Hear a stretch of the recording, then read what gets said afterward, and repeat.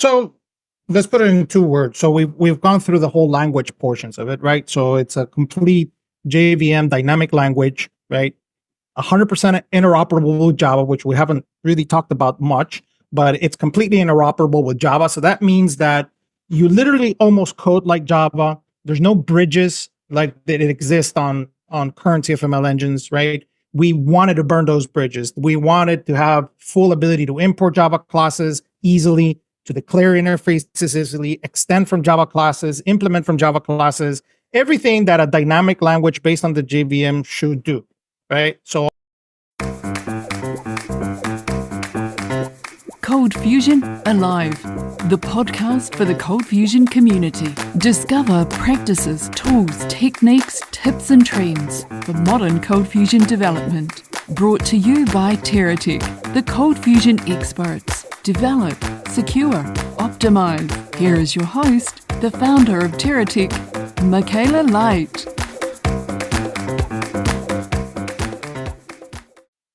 Hey, welcome back to the show. We're here on CFAlive with 2 mega geniuses of ColdFusion, Luis Majano and Brad Wood of Ortus Solutions. They're joining us actively Spain and from Kansas. So, and I'm right now in Austin, Texas. So we're quite spread out here. But we're here today to talk about BoxLang, the new ColdFusion engine that joins the stable of ColdFusion engines of Adobe ColdFusion and Lucy. And it's now an alternative to that, which I think, and I'll tell you why I think it's a really great thing to have for the ColdFusion community later. But I'm going to let Luis and Brad talk about that. But before I do, if you don't know who Luis is, he is the founder of Ortus Solutions. He's behind a lot of those box products, ColdBox, Wirebox, you name it, box. If it's got a box in it, he's probably had his hands in it, except for CommandBox, which Brad had his hands all over. So, and then Brad is, as I said, the father of CommandBox, but he's been heavily involved in all the box products and does amazing things in ColdFusion land. Both of them are great speakers. They've spoken at CF Summit, which is coming up soon, and Into the Box and CF Camp, and probably any other ColdFusion event you can think of. So welcome, Brad and Luis. thank you. Thank you. Happy to be here. Yes, I'm very excited. So, first new ColdFusion engine in maybe 14 years. I forget when Raylo came out and then morphed into Lucy, but it's a while. So very exciting. So tell us briefly, just in a short, just what's the capsule overview of what is BoxLang? Sure. Well, first of all, it's not a CFML engine. So let's start there. Let's start with that one, the big one. So okay. It's not. It's a new language that can actually talk ColdFusion. Let's put it that way, or CFML. Let's not use the ColdFusion word because everybody gets confused between ColdFusion and CFML. So let's say ColdFusion is Adobe, CFML is the language. So let's stick with that one. So BoxLang is a new language for the JVM, inspired by CFML, inspired by Groovy, inspired by Rust, inspired by Python, inspired by PHP, inspired by many languages. So I think there's been a conglomerate of different languages that have really been playing with us as we've been working for more than 20 years in the space. And that's what basically motivated us in several different places for BoxLang. But BoxLang is a new JVM language that can talk CFML. All right. So for those who don't know what a JVM language is, first of all, JVM is the Java virtual machine that ColdFusion runs on top of, and other languages run on top of it too. So correct. Basically, ColdFusion is compiled into Java bytecode that runs in the JVM, or is interpreted into it, depending on how you run the code. Correct. And so you're saying BoxLang is also compiled into Java bytecode, or correct. So it would be similar to the Groovy language. It would be similar to other JVM languages out there like Clojure and Scala that basically compile down to Java bytecode and get executed in the Java virtual machine. And basically, just like these other languages, BoxLang, it's unique in that sense. Now, the major difference that why don't we call ourselves a CFML engine is that we have no web server in the core. The language has been designed from scratch. The team, we sort of several months basically went through the whole idea of what a new language would look like in 2024 and beyond, right? And that's why we designed the language to be hardware first, right? And that's why it's incredibly small. We wanted to make these decisions not based on a web server or a web application, but based on just the language. And that's how the language core for BoxLang is around 7 megabytes in size and extremely tiny, extremely lightweight. And then we came up with the concept of multiple runtimes that can basically, like an onion, be producing layers around the language according to different deployments or styles, etc. And one of those, of course, is a web server, right? We also have a new concept called the mini server that Brad created as well. We also have serverless, which is AWS Lambda support, which we have created, and upcoming Azure functions as well. The other runtimes could be Jakarta runtimes. It could also be Android deployment. It can be used for Android development. Later on, we'll be focusing on WebAssembly and iOS. But the whole idea is that BoxLang is very tiny at its core, but then depending on where you deploy or where you're targeting your runtime to be, then it can basically expand. So that's analogous to the packages that happen in Adobe ColdFusion where they add in extra features. But so how would it be different from that? It sounds like you did it a different way. Correct. So those features that you're talking about are more kind of the modularity of the actual framework per se of Adobe. And for us, we also have modularity as well. So not only do our modules enhance basically the entire runtimes, but we can have different modules for different runtimes, right? So we do have a full modular architecture that we've developed in BoxLang. This is not using OSGI like Adobe or Lucy. We actually created this inspired by ColdBox that we've created for more than 15 years. Actually 18 years now, sorry. So we wanted something extremely lightweight and extremely fast and extremely contained. And we were able to achieve that. We have over 30 modules now in such a brief span of period of time. And so that's the difference is runtimes are completely different. This actually allows you to run the language in different hardware and different software deployment avenues. And then our modules basically enhance the language and more of its framework capabilities, right? And this could be from ESAPI modules to PDF, document services, FTP services, etc. Yeah, I would say that one of the biggest differences is our modularity goes to a much deeper level. The RCF engines, started as just, both of them started as large projects that incorporated all the features that CF offers, and then the modularity was added later, where they kind of broke those pieces back out. And so we've learned a lot about that over the years, and we started from the beginning with a tiny core and the module pieces, but our modules aren't just for pulling out the PDF tag or the SAPI functions or the ORM functionality. We broke apart the very core most of a language to be just the pure language all by itself, like you would run Python from the command line. And then, all the web functionality is a separate piece, which isn't part of the core. And the AWS Lambda is a separate piece that's not part of the core. So at the very smallest level, we've been able to break that out. And one of the problems in the past, if you wanted to use CF in an AWS Lambda, you had to deal with the fact that the installation could be hundreds of megabytes and could take, several seconds to start up. And that's why, we wanted to be able to have these runtimes that have all of the unnecessary pieces stripped away. And, that's why we have a 6-7 megabyte jar that can start up in just a couple hundred milliseconds. Because, CF just wasn't functioning where we needed it to for some of these deployment targets, and people weren't able to use it there. And we wanted to be able to, bring it to that place, but that required some drastic architectural differences in how we started with just absolute, minimum functionality in the core, which also even goes down to the third-party Java libraries we incorporate are incredibly minimal. That gives us a smaller surface area, fewer vulnerabilities that we have to deal with in third-party libraries, and it just keeps everything as tight and compact as as possible in the core. And doing that from day one, starting with an empty repository and just building from scratch as small as possible, kind of helped us focus on that small, lightweight runtime to be able to compete a bit more easily with a lot of the other languages out there. You have, Node and Java and Python, and you can just do these little, tiny command line, executions of things. I mean, we wanted that in BoxLang, but obviously still having the add-ons to be able to, support everything CF does.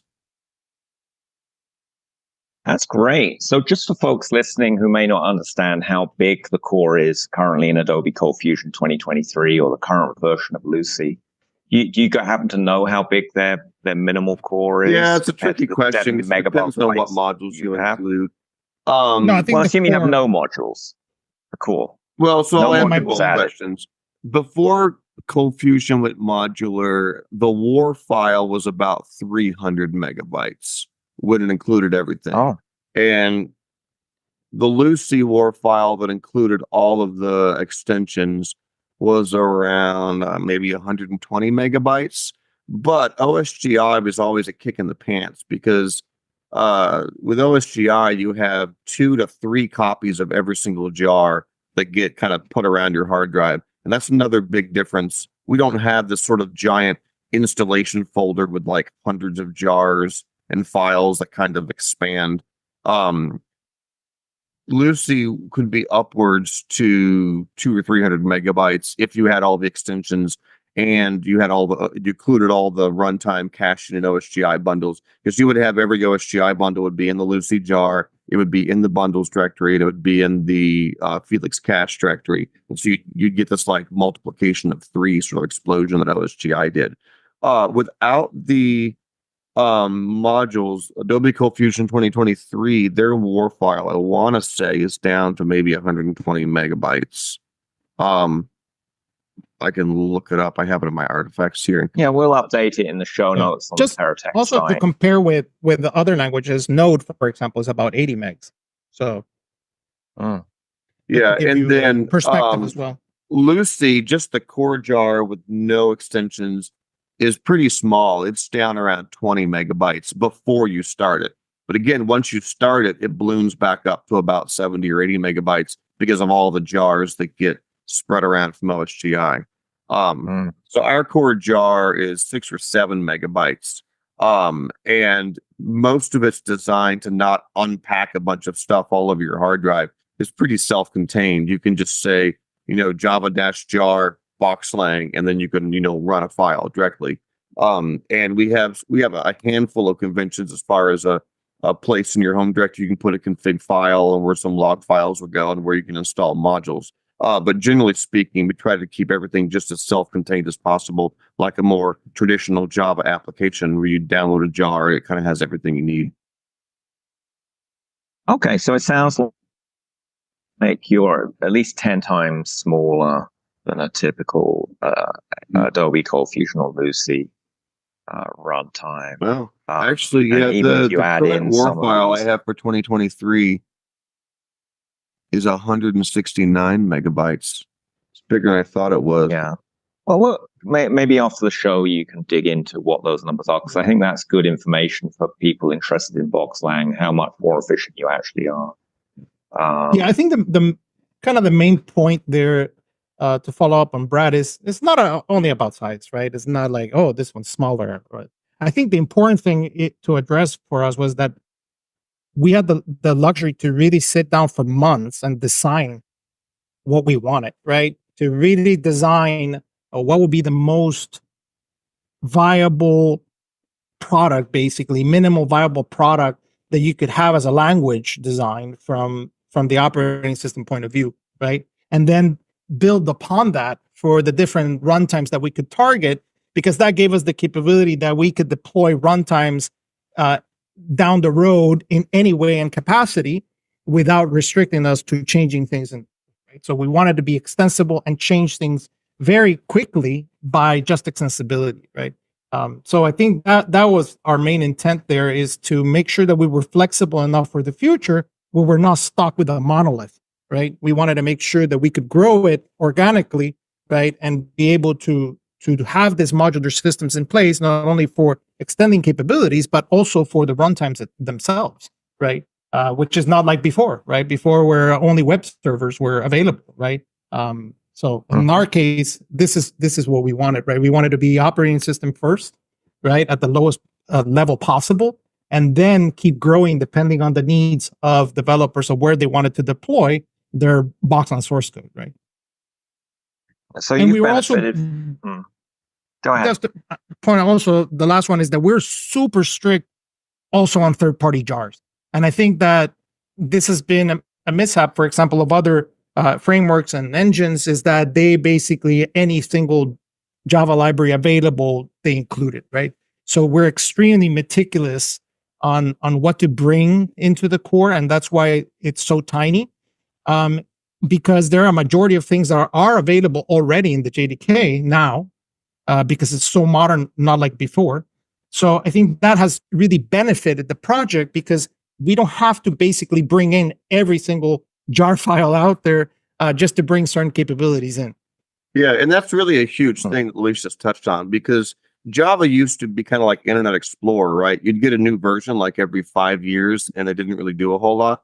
But, in the last 10 years or so, Oracle's really done a lot of stuff with Java. After, Java 8 was a big, giant, stable stopping point in the Java world, which was a great release. I had a lot of stuff. Invoke Dynamic is as old as Java 8. Streams came out in Java 8. And since then, starting in Java 9 is when they introduced a lot of new modularity into the core, and they've started making changes, breaking changes, adding features. And there's a whole bunch of stuff that kind of modern Java, Java 21, Java 22 does that you couldn't do back in the day. You had to have libraries around. And one of the big points for us was we want to start modern and we want to stay modern. We're not going to be, how old of a version of Java do we support? We're like, no, we support Java 21. That's our minimum, right? We want to use everything Java has to offer today and not be held back by all this old stuff.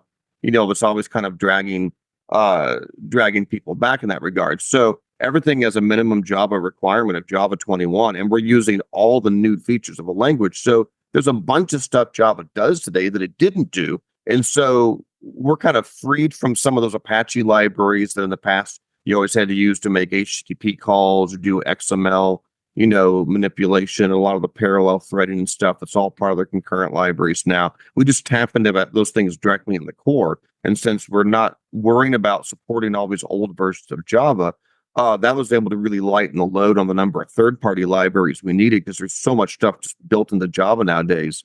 And that was a really big difference for us, just to keep everything just as simple and close to the core of Java as possible. So does that, I'm sort of hearing it only works with Oracle Java, no other JVMs are supported. Is that true? All the JVMs based on Oracle Java, which is all the JVMs. So in theory, it would work with other ones? So here's the thing. Oracle's the company pushing Java forward, but all the open JDKs out there are all a few commits behind, Oracle's Java. So yeah, you can use BoxLang with any of the distributions of Java. So there's no requirement to use Oracle. And honestly, that's very typical of pretty much any other JVM language out there. They're certified to work on any version of Java, no matter whether it's, Adoptium or, Corretto or Azul, whatever it is, you can bundle that. We have an installer that'll get, Java for you. You can also, package it with whatever version you want. So we want to keep that easy so people can always, they can stay on an upgrade path and always be updating their Java and not getting behind. Mm-hmm. So as long as the Java engine is based on Oracle version 21 or higher, they should be okay running BoxLang on it.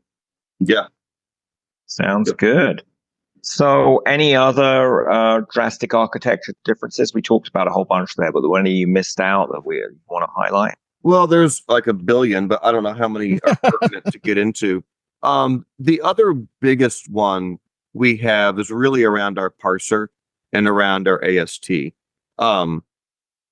I don't want to get too far off the weeds because most people don't care about it, right? As long as they write the code and they save the file and they refresh the web page and the magical stuff works, they're like, whatever, I don't care, right? It's all part of the black box. But we did a bunch of work in the front end of this project. It was months before we even had really a working runtime, because we started with the parser and thinking about how that was going to work into the runtime. And so one of the huge sort of deviations we have is we sort of have a multi-parser system. And right now we have two main separate parsers. We're using Antler, which is an industry standard library for parsing code. Adobe ColdFusion appears to use Antler based on the jar files that they bundle. It's a very popular library.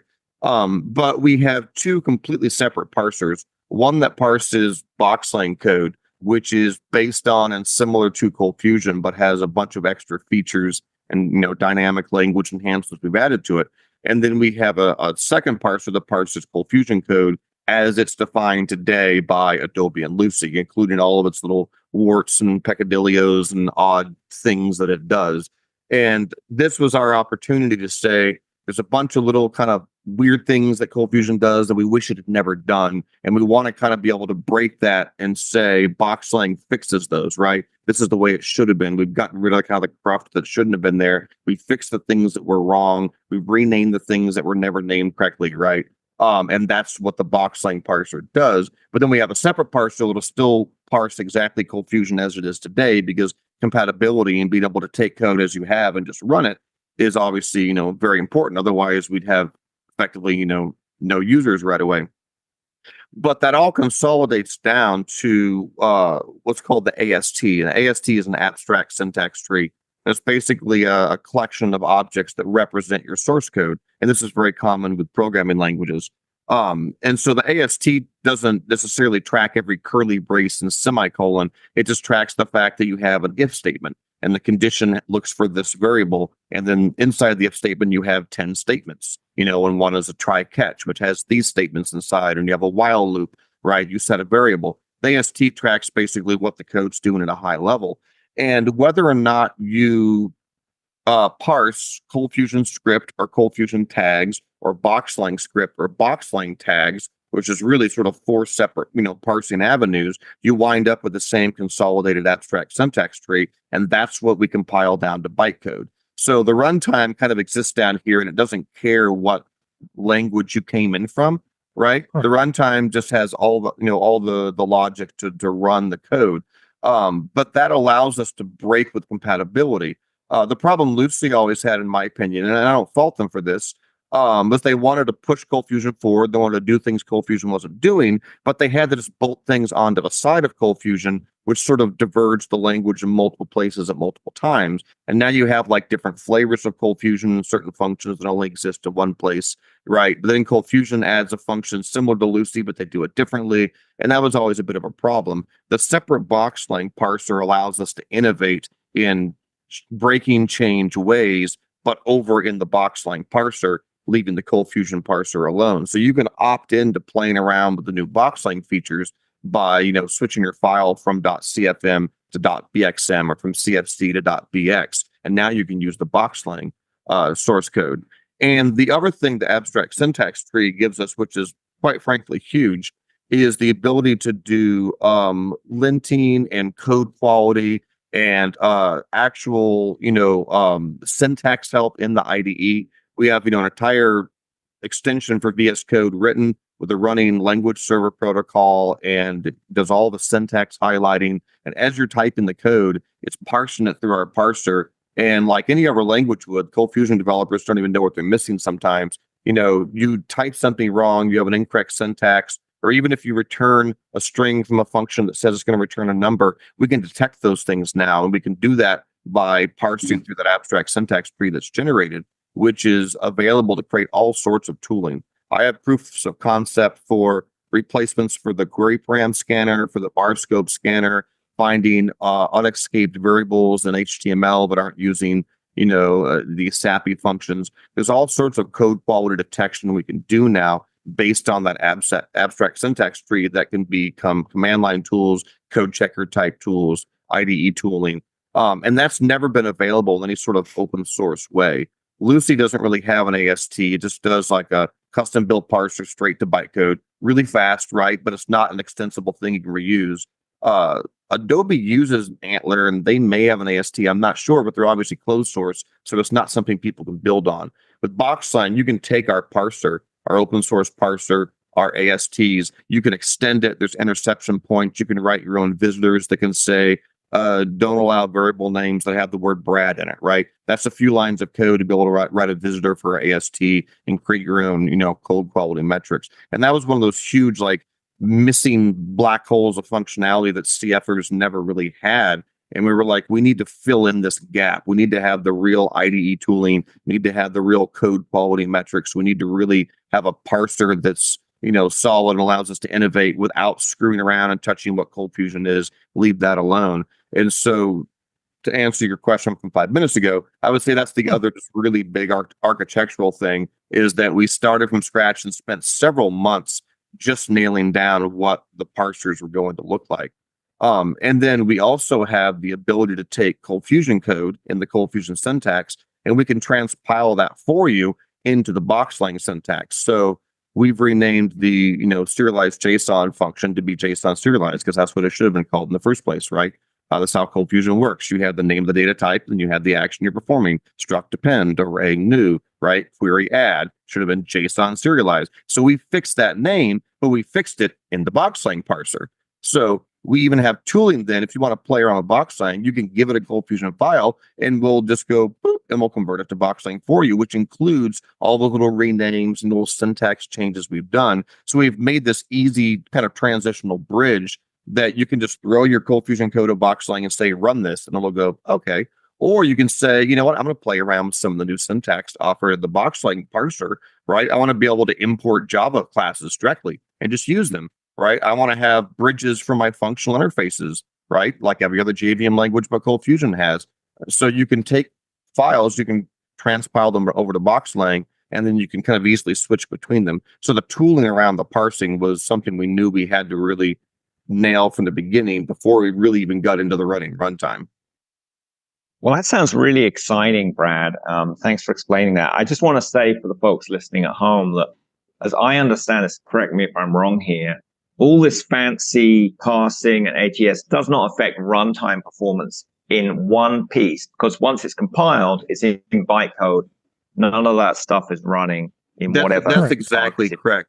Yeah. And so a lot of the transpilation we do is on the fly during the parsing phase. So when we parse ColdFusion code and we see you have a serialized JSON function, we swap that out with our compile time transpiler, and the bytecode no longer cares because we've already swapped the name out to the right name, and then it just runs as fast as possible. Correct. Yeah, and the bytecode doesn't care about naming in the original language. No, and like Brad said, tooling was hugely important for us. We wanted to make sure that not only you had a great language, right, but the tools are really, really important. And that's where we, the kind of like the CFML world has always failed, is because the tooling has also been subpar. So we really wanted to design to focus on tooling and bring it from day one, day zero, actually. So maybe that can be maybe we can do a future episode about the opportunities in tooling, because I know we're on a limited time here. And we're trying to... And I didn't even mention the debugger. We have an entire staff debugger built. I think that one deserves to be mentioned, which is the inline debugger. So this is line by line debugging that you can do in VS Code, from operating system code, from command box servers, from web servers, from any runtime. You can target the debugger and you can basically do line by line debugging. Yeah, easily. So let's put it that way. You have introspection of your scopes, everything. We spent months on that, and it's all part of the VS Code extension that's out there. And so that's something that third parties have built for ColdFusion, but they had to retrofit it. You've got it built in to the language. Yeah, Adobe added some debugging functionality when they made their VS Code extension. Lucy has nothing in the core. There are some third party libraries out there in the community. But it was important for us that it was made by us in the core as part of our, open source offering from the beginning. Right. And then I just want to dig into that word transpiling, because people may not have heard that before. Does that mean it converts from one language to another? But I think also it means it's transparent. You don't have to transpile your code now you've lost your original code. You continue to edit in your legacy ColdFusion code if that's what turns you on, right? And you can run it in BoxLang, and as far as you're concerned, it's just fine. So basically, there's two avenues. What you said is correct. There's a couple ways you can approach it. So you are correct. The transpiler is something that takes one language definition and then transforms it into another language, right? So BoxLang is very similar to ColdFusion, but still a distinct language. So if you run a ColdFusion file directly, we do the transpiler automatically for you behind the scenes as we parse and compile it. And once it hits the bytecode, it's all done. You don't really have to think about it. If you want to play around with writing in the BoxLang syntax and some of the new features that offers, you can do a one-time, transpiler command that will create, a copy of your file somewhere else in the new syntax. You can look at it and you can run that directly. So we have a couple different ways you can get to it based on whether or not people want to play around with the new features, or if they want to say, you know what, I don't care about that. I just want to take my ColdFusion as I have it today. I just want it to run on BoxLang. That's also a totally valid scenario. And in that case, you don't really have to think about it. We just do it for you. Okay, so two quick follow-ups there. First of all, what do you call the BoxLang language? Because I don't think you're calling it CFML. Is it BFML? Yeah, just call it BoxLang. BX is the acronym we use a lot. Like our file extensions are analogous to the ColdFusion file extensions. So a CFM file, we call that BXM for BoxLang markup. CFS, which Lucy 6 added support for, which is ColdFusion script, we have BXS for BoxLang script. And then a CFC file, which is a ColdFusion component, we just call that .bx, just for BoxLang. We did some terminology changes. One of the big things is we didn't want BoxLang to be a tag-first language, which was always something that sort of haunted ColdFusion, was people saw ColdFusion as a tag-based language and CF script as a bolt-on. Now, I never really saw it that way. I really thought CF script was a great, fully fledged language, but the way people viewed ColdFusion always had this kind of tag mentality hanging over it. And so we built the script parser in BoxLang first. It's the first thing we had working, right? We hadn't built any tags. We hadn't built any of the built-in functions, just pure scripts constructs, like if you're writing Java code, right? And that was the core of the language we built first, and everything else was added on along with it. So we use the word component now to refer to tags. So the CFHTP tag, you can use it in script. So was it really a tag? Yes, no. We just call that the component, the CFHTP component. Just a small little language change we made to try to distance ourselves from this tag-based mentality. And so ColdFusion components use the word component. We just call those classes now. So the BX file, like every other language in the world. Yeah, we're like, let's just match every other language, like literally in the world, and let's just call it a class, right? That's what we use. That's the word we'd use today if we were making a language from scratch. We'll just call it a class. So BX files, we just call that a class. We don't call them components anymore. Still works the same. And a small example of one of the tiny syntax changes we've made is class files in BoxLang don't use the keyword component, they use the keyword class, which is what you would expect in Java or Kotlin or most other languages. We've added real quote unquote annotations, so you don't have to put them inside the comments anymore. There's lots of little, enhancements that we've done, but a lot of it just has to go with the way we sell BoxLang, because we don't want just ColdFusion developers running their ColdFusion code on BoxLang. We want a language that Java developers or Groovy developers or Node developers can say, hey, this looks like a fun dynamic language. I'm a JVM. I want to learn this. And, just like I would learn Python or Rust or some other, fun language to build things in. And we want to make sure that we market it in a way that sounds modern and sounds scripty and sounds, dynamic. And we don't want to focus on the tag first mentality, the legacy first mentality. And so that's always just been important. So we kind of have several rules of thumb, which is, well, how would we do it if we did it the way that, good language design would be in 2024, right? Not how does ColdFusion do it? How would we want to do it? What makes sense? And then how do we support that? And then also have the ability to transpile whatever ColdFusion does. And in some cases, we're like, you know what? We love how ColdFusion does this. There's nothing wrong with it. And we're going to do the same thing. Everything's really a case-by-case basis on, what really made sense in ColdFusion, what didn't make sense, where do we diverge, and how do we still support everything? Yeah, I mean, we even in our docs we're calling this the templating language, the BoxLang templating language, and I think that's what it really is. Just like ColdFusion has a templating language, or other languages have a templating language, like Groovy, for example, which has the GSP, right? So that's where we're headed in that sense, is to say, no, we have classes and we have the templating language. The functionality comes through modules and components. Get detailed show notes on today's episode in your free CFAlive Modern ColdFusion Guide at teratech.com. That is teratech.com. Viva la CFAlive Revolution!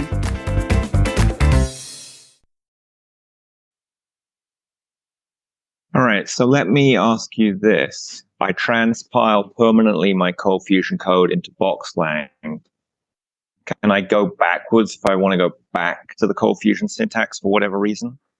Well, sure. Or And we am I don't. stuck now The in transpiler BoxLang tool doesn't land? delete your ColdFusion code. You still have No. it. You still have your No, but no, We just suppose create a new I've code. converted it and now I've Yeah. edited in BoxLang, and for whatever reason I want to get it back into CFML. Oh. Can I currently do that or no? You can No. make So those one edits way- back in the ColdFusion files if you'd like. Not right Oh. now, or you can get a license and get support, and maybe we'll build a module for you to go backwards in All right, time. so it's technically possible to do that. You just haven't implemented it yet. If there's demand or people pay for it, they can have that. Correct. I don't think it's in Currently, our so- best interest to create it, though. I would argue that, because if someone's experimenting, they want, usually with more open products, you can export your quotes data, in this case your code, back out. You're not locked in. So I'm just proposing that, but it's your language. You do what you Well, want. here's the Well- thing. You can write a BoxLang module right now, and you can put it on ForgeBox, and it can listen to our parse interception point, and it can take the AST, and you can write a pretty printer that prints out ColdFusion. You can do it right now. It's open source. Oh, cool. Because that's Right, so basically all our open source, that's transpiler true. is we take the AST and we put it through a BoxLang pretty printer. So Yeah, and to be fair, the BX language, it looks like ColdFusion script to me. yeah, the I know you pointed scripting out. syntax is very, very similar. Most of what we added are just additional features. We have an instance of operator like Java. We have a cast as operator. I don't want to say like SQL, but along the same vein. We have like real annotations, like an @ sign annotation name above functions, properties, and classes. We have just a handful of things that are just things Lambdas. doesn't do. The base script is very similar, and the tag based script is also quite similar. But instead of using CF, we use BX colon as the prefix for our tags. So yeah, I mean, there's not a huge departure from ColdFusion. A lot of the things we did was honestly like cleaning up and renaming, bits that just seemed a bit sloppy or didn't seem cohesive. And obviously, we have the benefit of looking back through time, and looking at that like 800 built-in functions, and that's not an exaggeration. It's literally more than 800 built-in functions. I know. In I used to have this ColdFusion, cute and- poster with all of them on. yeah, and so we have the benefit of looking back through history and seeing it all at once and saying, yeah, these here didn't really follow the right naming convention, and so we can fix that now. We can start from scratch and make it make sense. So let's just step back from these technical details, which have been wonderful to talk about. I want to ask, what is BoxLang really? So let's put it in 2 words. So we've gone through the whole language portions of it, right? So it's a complete JVM dynamic language, right? 100% interoperable with Java, which we haven't really talked about much, but it's completely interoperable with Java. So that means that you literally almost code like Java. There's no bridges like that exist on current CFML engines, right? We wanted to burn those bridges. We wanted to have full ability to import Java classes easily, to declare interfaces easily, extend from Java classes, implement from Java classes, everything that a dynamic language based on the JVM should do, right? So all that is there as a language. Second of all, we've built a lot of framework capabilities into the language itself. Mostly, we've been doing frameworks and building frameworks with Brad for over 18 years. And a lot of that experience has seeped into BoxLang to make your life productive. And this is really what the the ethos of ColdFusion was, right? To make you productive, right? And that's still our ethos, right? That's where we were born from, right? From ColdFusion. So all that is there, and we wanted to keep that productivity, but take it to even further levels, right? So you will find that in BoxLang, you have tons of these framework-like capabilities. Example, event-driven programming, right? This has been huge in other languages. This is core to the language. Everything can be extended through events and interception points. You can listen to a CFC to a class when it's created. You can listen to when a caching element is being removed from the caching engines, right? Like Brad said, parser events as well. And all these events are available to developers to finally extend everything without basically touching kind of the core functionalities, right? Even the dump, for example, the dump capabilities, right?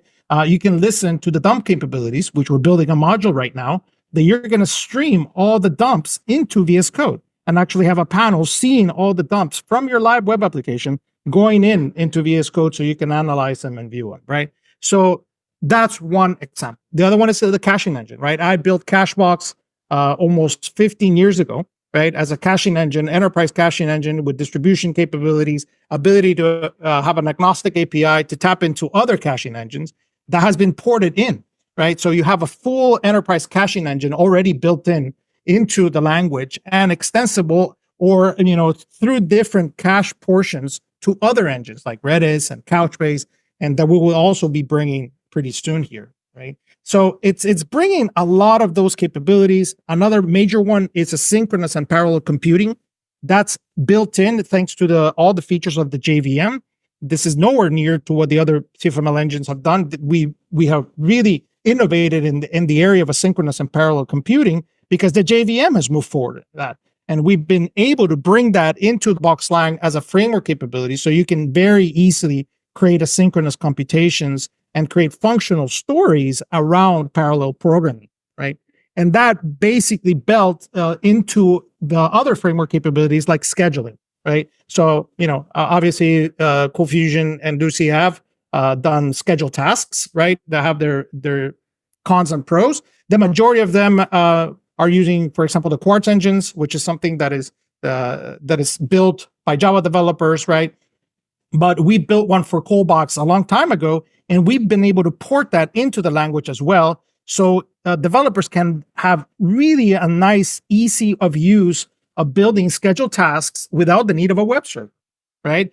You can source control your tasks, you can describe your tasks, you can program your tasks, you can unit test your tasks, which were incredibly important to us, right?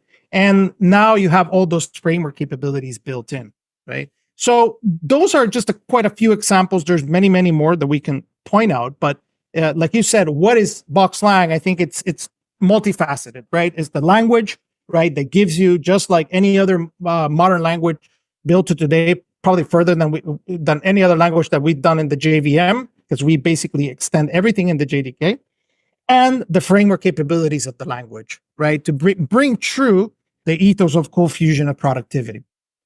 So those are kind of the two facets that we focused on and will be focusing on. So you're saying it's a more modern language, not just than Adobe or Lucy CFML. It's more modern than all the other JVM languages out there. So I'll give you an example on that one. Invoke Dynamic was a feature that was introduced into the JDK around JDK 8, right, Brad? 6 or 7, I think. Yeah. So it was basically the capability that the language engineers at Oracle introduced into the Java virtual machine for dynamic languages, things that are not built using static constructs. And this was the new way to basically build upon on the JVM for dynamic languages. Only quite a few have adapted a few things from it, right? Kotlin has adapted a few things in their approach, even though they're not a dynamic language, they're static language. I know, what's the one that Sean Corfield uses, Brad? Scala has few. Clojure. Clojure has a few delvings into Invoke Dynamic, but we have really adapted it, right? And I think that's been our biggest advantage here, to bring performance, speed, and really sticking true to what the Java developers, when they created Invoke Dynamic which was the initial, purpose of it, which is to use dynamic approaches. And we've taken that and built an entire framework that we call dynamic object. And this is really, really new in any language on the JVM, which basically allows us to treat any class. It doesn't matter if it's actually coming from a Python loaded JVM class or a BoxLang class, or actually even a Lucy class or whatever class. We can wrap any class into a dynamic object and we can treat it as a dynamic construct, right? And this has allowed us to do even things that we never saw possible before, right? In ColdFusion and in other languages. And Brad can speak a little bit more because I developed the framework and he's been adapting it and using it, and it has been a thing that we've innovated that is very rare still in other languages. Yeah, and there's a lot of performance capabilities that comes with using the invoke dynamic as well. Because Lucy and Adobe are still using Java Reflection for all of this. And Java Reflection is as old as Java version 1 or 2. And so that's one of the big architectural changes we wanted to do, was say all of our dynamic, anytime you call a method in a Java class, things like that, we want to make sure we're doing it the way that Java wants us to do in, using the modern practices. So it's opened up a lot of doors there. Very exciting. So, do you guys have a comparison chart between BoxLang and not just Adobe ColdFusion and Lucy, but like Groovy and Rust and Clotcher and all these other ones you've mentioned? Or is that something you might have in the future if you don't have it now? We will have it. We will have it in the future. We're still developing a bunch of these things to do comparisons of how people want to compare things. So we do. We're creating it as we speak. I have a document that Jorge sent me actually this morning of several of the different value propositions coming from other languages. And so we're trying to do our due diligence so people can see that and can see the benefits of the languages right now. Consider this, modern day today, there's not a lot of differences in semantics between languages, right? If statements are if statements, for loops are for loops, closures are closures, classes are classes. I think the major differences for us, and especially— Why is that? Why aren't because there used to be, we had Lisp and we had Fortran, and they were wildly different. Like Nowadays, cars. Languages all seem much for muchness. Yeah, Well, it's like vehicles, right? We have 1,000 Well, brands of that's a vehicles. whole other discussion. Why are all cars more or less the same? Well, I mean, where's the personality? Right. So, Tim, that's a good analogy, though, right? So, I mean, you could say the API for driving most cars is very similar. You have a gas pedal on the right, you have a brake pedal in the middle, you might have a clutch on the left, right? You have a steering wheel, you turn it to the left, you go left, turn it to the right, you go right. You probably have a gear shift, right? Somewhere, some sort of button you push, key you turn. The radio probably has similar volume knobs. Those are creature comforts and what you expect when you sit down in a car and you feel like you can be productive driving the car. But how many of those are really the best ergonomics? Like the QWERTY keyboard, it was designed to be unergonomic, right?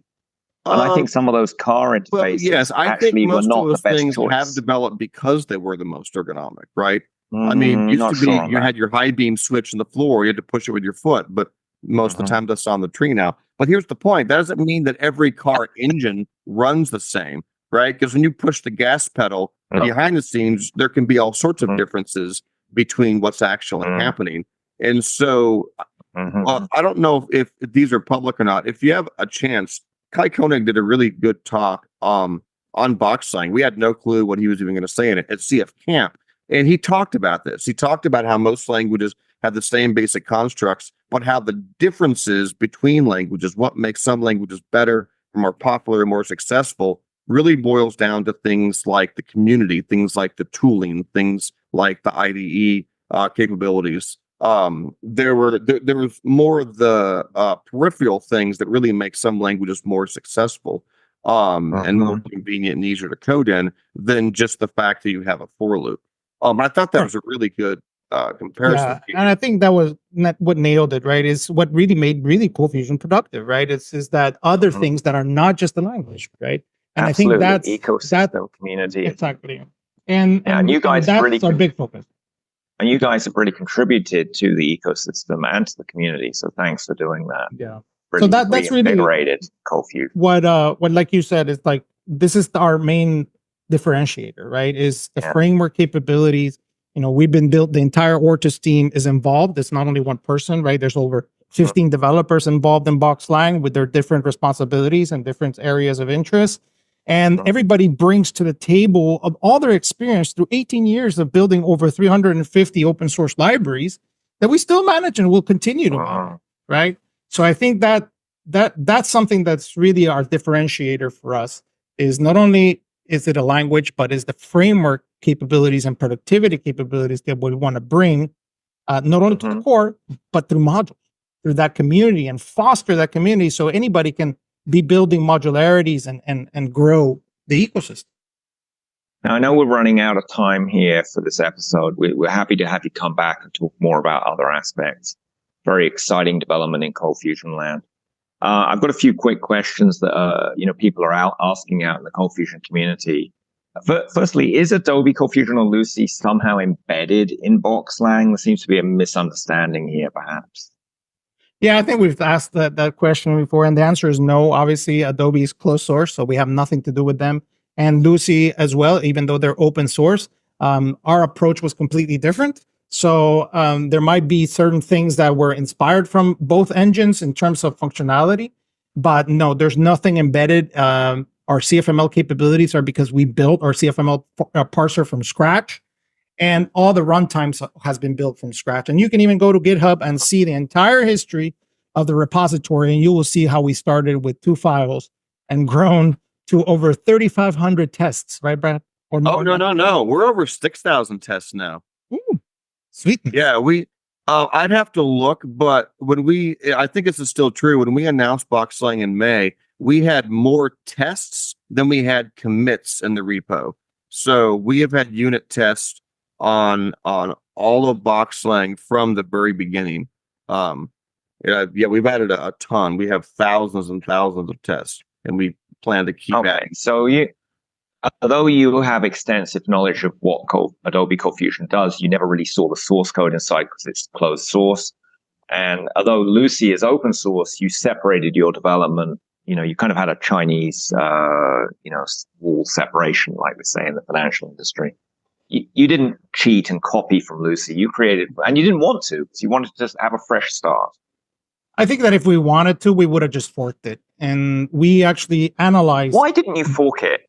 Well, that's a good question. Yeah, so, tell us why you didn't just fork it. Lucy is open source. They'd have been happy for you to fork it. Well, exactly. Moderately happy. So, well, we actually analyzed it for over a month and a half, the entire source code. Okay, I'm not going to say line by line, but the majority of it we analyzed internally, and we created a feasibility study, right? So we actually dedicated 2 resources to this to basically do a full analysis of what it would take to do a fork, right? The conclusion of our analysis was, first of all, it was completely bound to a servlet, right? The historical aspects of it and the decisions made on that project are made by one person alone. And there's really not a lot of documentation to guide us, to really propel us on why this, why that, right? We wanted industry standards for our parsing mechanisms. We didn't want something that was homegrown. That was another differentiator. Okay? The decision to use OSGI is something that we knew after being a reality that was not the correct decision to use. So it basically boiled down that we weren't checking any checkboxes on a reason to do it, right? Plus, we really wanted to focus on really a tiny approach to it. And we wanted to use Invoke Dynamic to build the bridges for dynamic languages. So basically, after our conclusion was that it would take us even longer if we forked, because we would have basically just dismembered it on day 1, right? We would have basically what we wanted to do with it. It would have had to have looked completely different. That was the whole point. So the consensus was that it's not in our best interest to fork it. It's in our best interest if we design it like we want to design it and focus on what a 2024 language would look like from here to the next 30, 50, 100 years. And dumb question, why not just suggest all these improvements to Adobe? We have. I mean, been actually, we've had tremendously, and let's not get Brad started on this one. He laughs, but we have hundreds of tickets in the backlog. And we've been very stern with them for years and years of what we needed to do as a community to really evolve, right? And go to the next approaches. And it hasn't happened. So, it gets to a point where, if you try to do the same thing, it's called insanity, right? So we wanted to break off of that insanity. And you can see the majority of things that are built right now in BoxLang, there are tickets for those in both trackers, Lucy and Adobe. Yeah. There's 10, a lot of 12, we have 15 years. We have implemented in BoxLang now, and I can show you the tickets that have been for years and years in the other bug trackers. And there becomes a point where, we say, we need to be able to nest exceptions when we throw them, right? We need to be able to, have these JVM interoperabilities, extending Java classes. We've been asking for years and years, and we can't be held back any longer. We need to be able to push forward. And if we have to build that in order to do it, then we're going to build it, right? Yeah. And I think that was another major issue, is that we want fast innovation. I think this is the way of the world now. We need to be able to be quick. We need to be able to be agile. We cannot be waiting for 2 years, 3 years for innovation to come. Right now we're on our 15th release. 15th release that we've done for BoxLang. Every Friday there is a new release. So the speed of innovation and the speed every Friday for the last 15 have 50 weeks or so releases every year. Yes, and this has been proven to be great. But this is like a part release, right? These are beta releases or something. Correct. Are you intending to have a weekly release cycle once it's in production? I don't think, why not? I think that we're used to it by now. Well, like Lucy does now, we've always had instant snapshot releases. And that was always a good thing about Lucy was, if you put in a bug and it gets fixed, and you can test it like that day, right? With Adobe, sometimes the ticket may be closed and it may be months before you even have a chance to test it, unless they send you a custom hotfix jar. And so we've always we have an entire CI process spread across all of our repositories, and everything gets immediately built and deployed. And, if we fix something reported in Slack right then, you can test it 15 minutes later. And so, the weekly betas basically just give people kind of stopping points they can pin to, and they can test that they know aren't going to, change.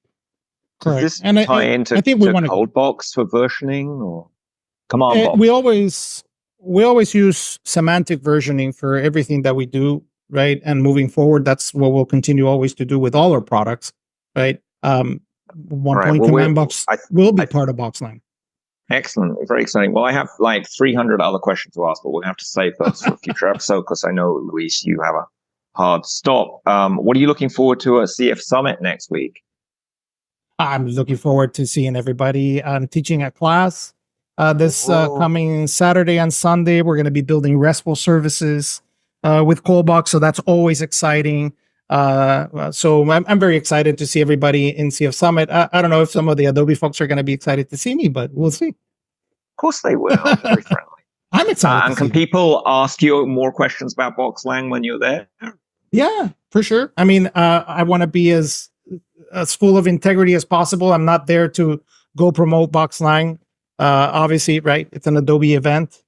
So I want to be very, very cautious about it. So if you do have questions about it, just pull me aside, right? I want to be respectful of everybody's time and my presence as well, as respectful as I can in that sense. So, how about you, Brad? What are you're going to CF Summit? I think I saw you might be speaking. No, I actually didn't get any. No. I only submitted one talk and they didn't accept it this year. So this will be the first year ever. I'm not speaking at an in-person CF Summit. So. Well, you're more available for hallway track conversations.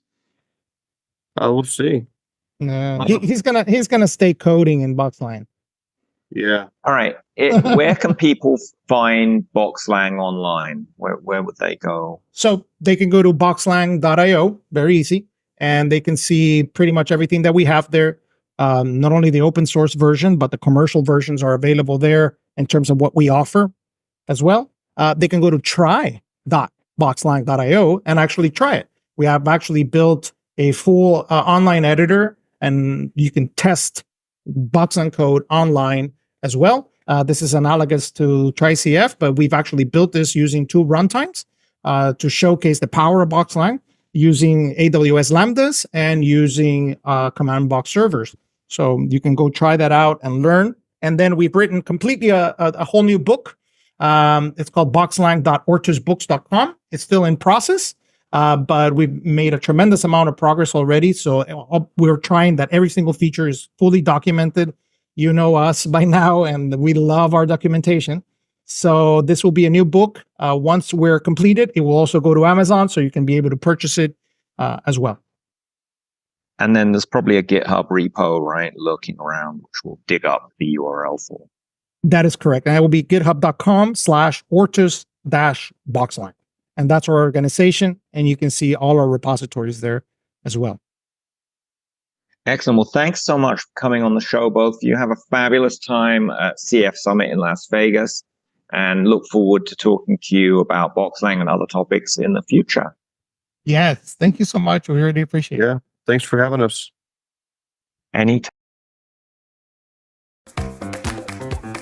This podcast is brought to you by TerraTech, the ColdFusion experts. Develop, secure, optimize. Get detailed show notes on today's episode and your free CFAlive Modern ColdFusion Guide at terratech.com. That is TERATECH.com. And now back to today's show.